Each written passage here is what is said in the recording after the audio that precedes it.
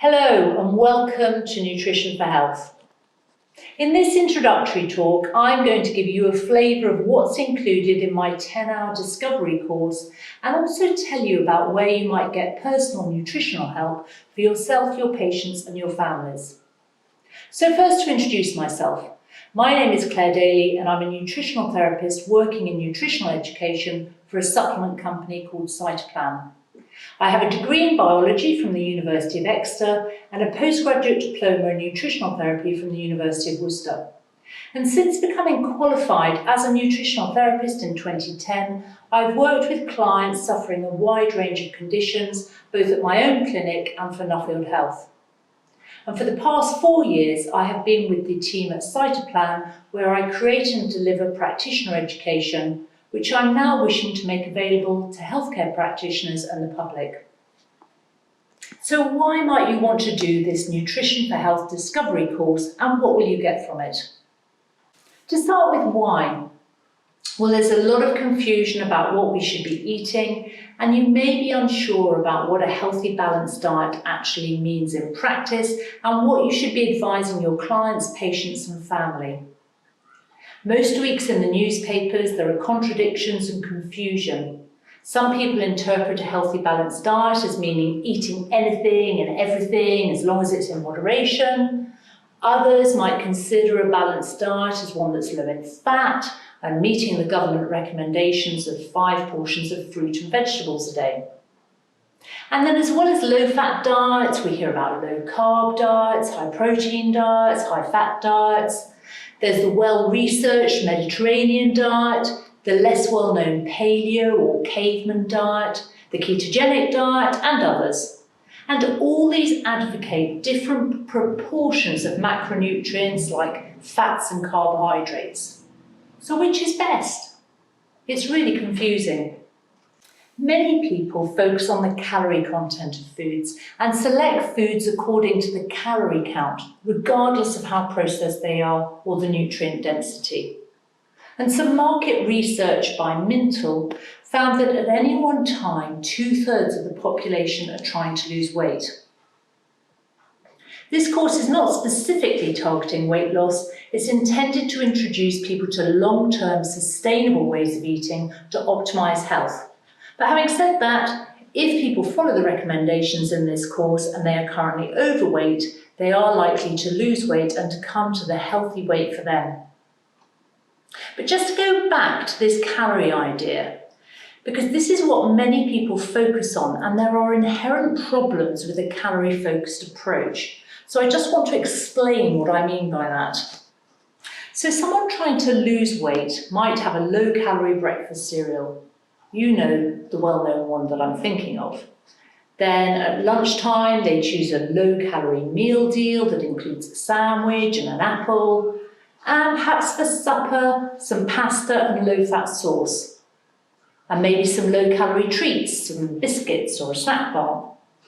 And this kind of diet is likely to provide what is considered an appropriate range of calories for weight loss, so between 1,000 and 1,500 calories per day.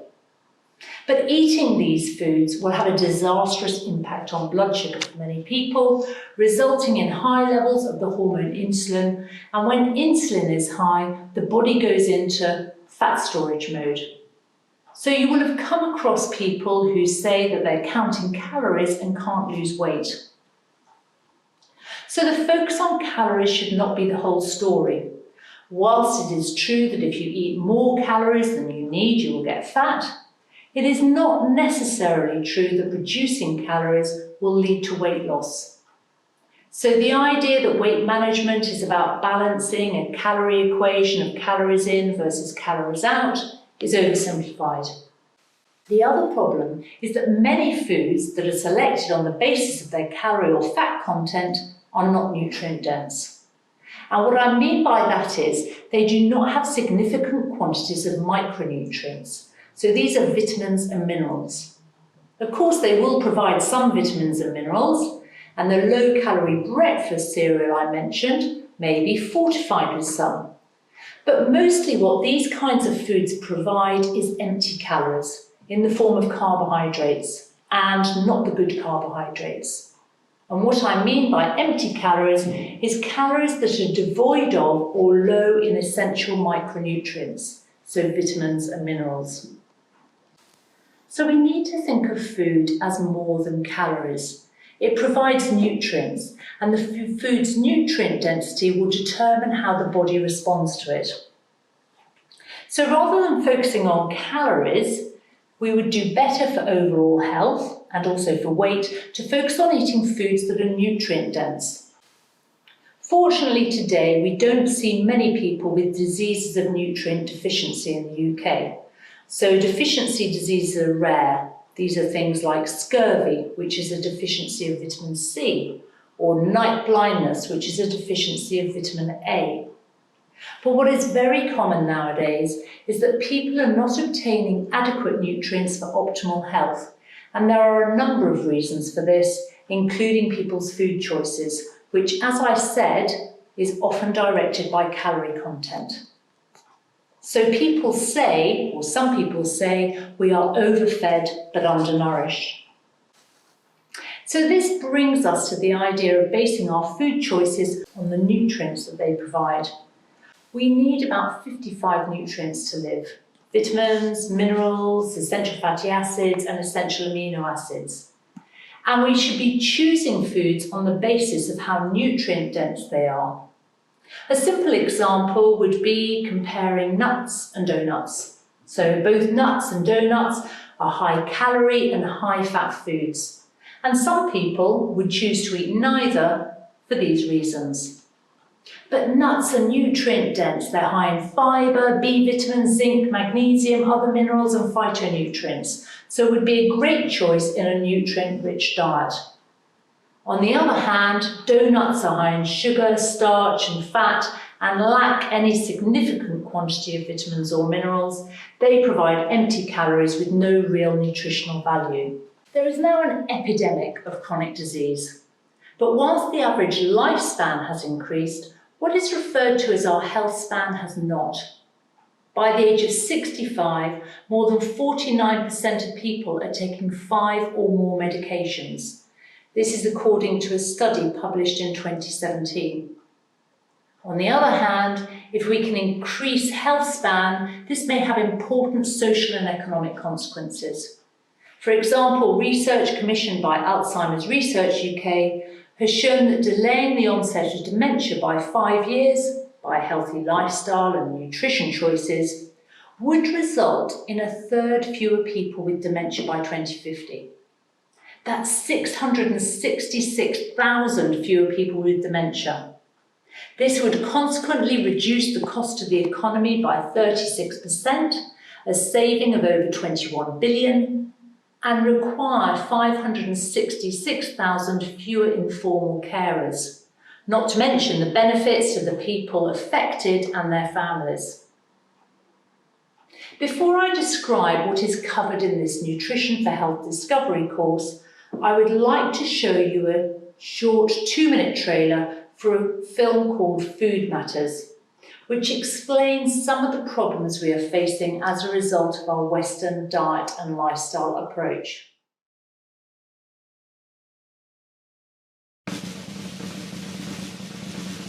One of the best things terrorists could do is just build more fast food restaurants, maybe add another pharmaceutical company, have a couple more infomercials, and encourage people to eat the way they eat now. And everybody's going to be dead in 100 years. They can just walk right in, don't have to do a thing. Superstars, large fry, Big Mac, Coca-Cola, go on, man, pick your poison. 1/4 of what you eat keeps you alive, and 3/4 of what you eat keeps your doctor alive. I used to get high for a living, eating all the bullshit food they sold me. Cancer rates going up, heart disease going up, stroke going up. We're poisoning ourselves with highly processed, nutrient-depleted foods. One of the major problems is what we do to the soil and the air and the water and everything we take in our food. We, for whatever reason, decided we're going to spray everything with every kind of pesticide, herbicide, larvicide, fungicide. We decided we're going to genetically modify things we don't know anything about. Can we actually improve what has already been created? And the answer is maybe, but not the way we've been doing it. If you want to know what's wrong, look down at the table. It's staring back at you. Think of it as chronic malnutrition, because that's what's going on. But if we think we're going to go to the doctor and get a pill for everything, we've missed the whole point. We have been taught our whole lives to be consumers of modern medicine, which is pharmaceutical medicine. Good health makes a lot of sense, but it doesn't make a lot of dollars. Now, the drug industry has every right to make money, no question about that at all.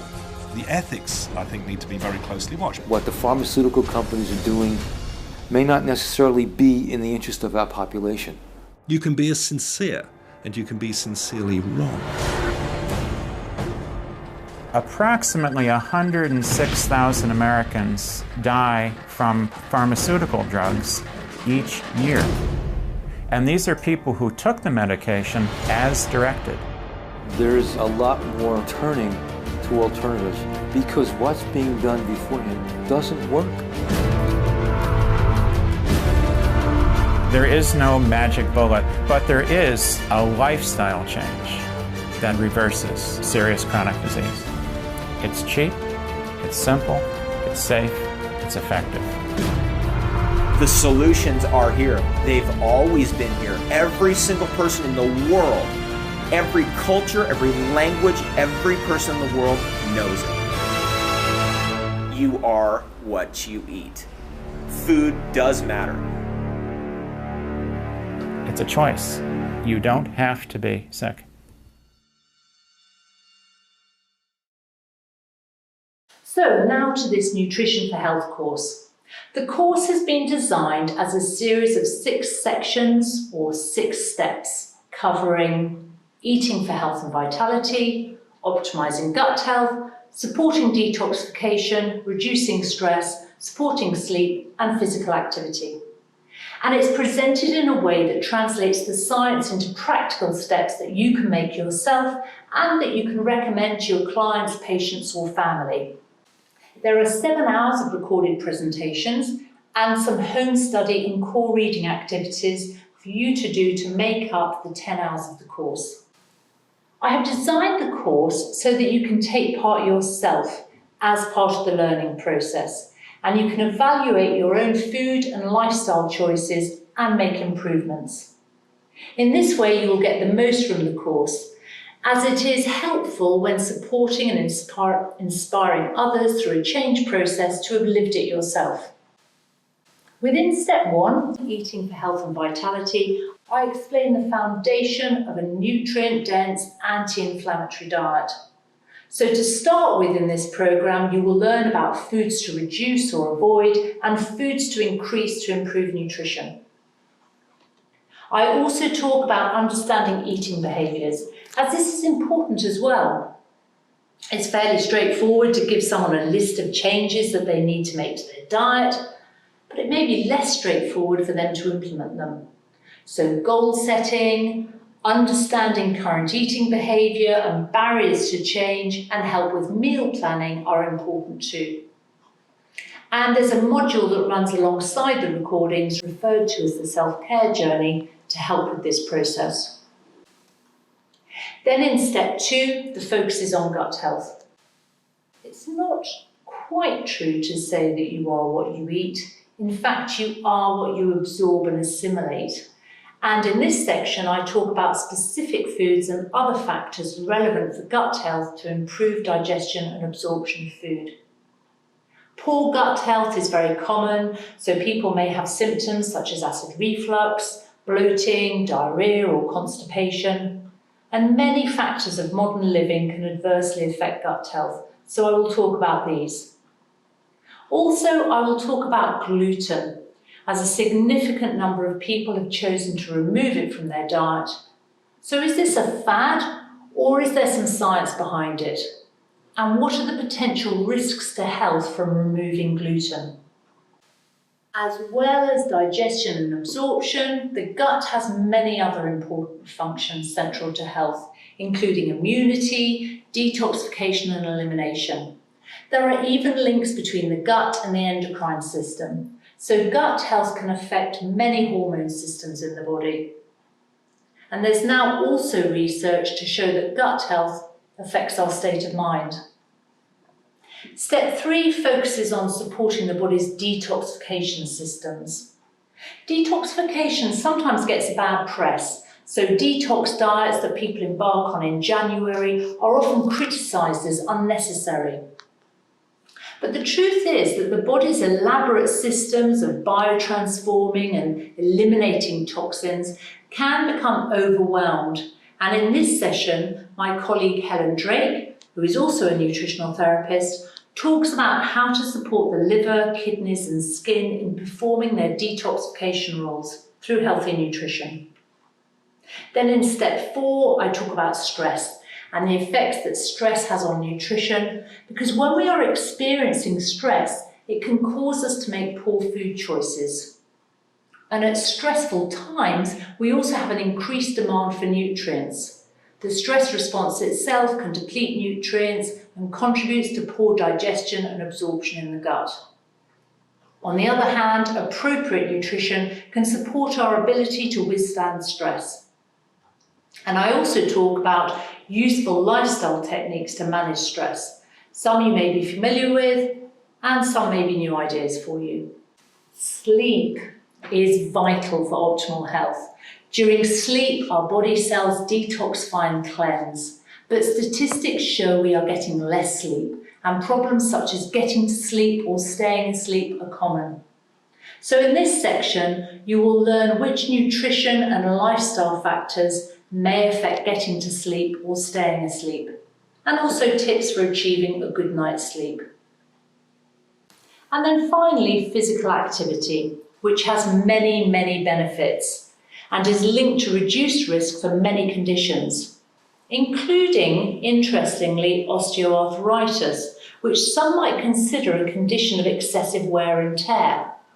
In fact, exercise can reduce the risk of osteoarthritis by 83%, and this is because exercise brings blood flow and nutrients to our joints and switches on repair mechanisms.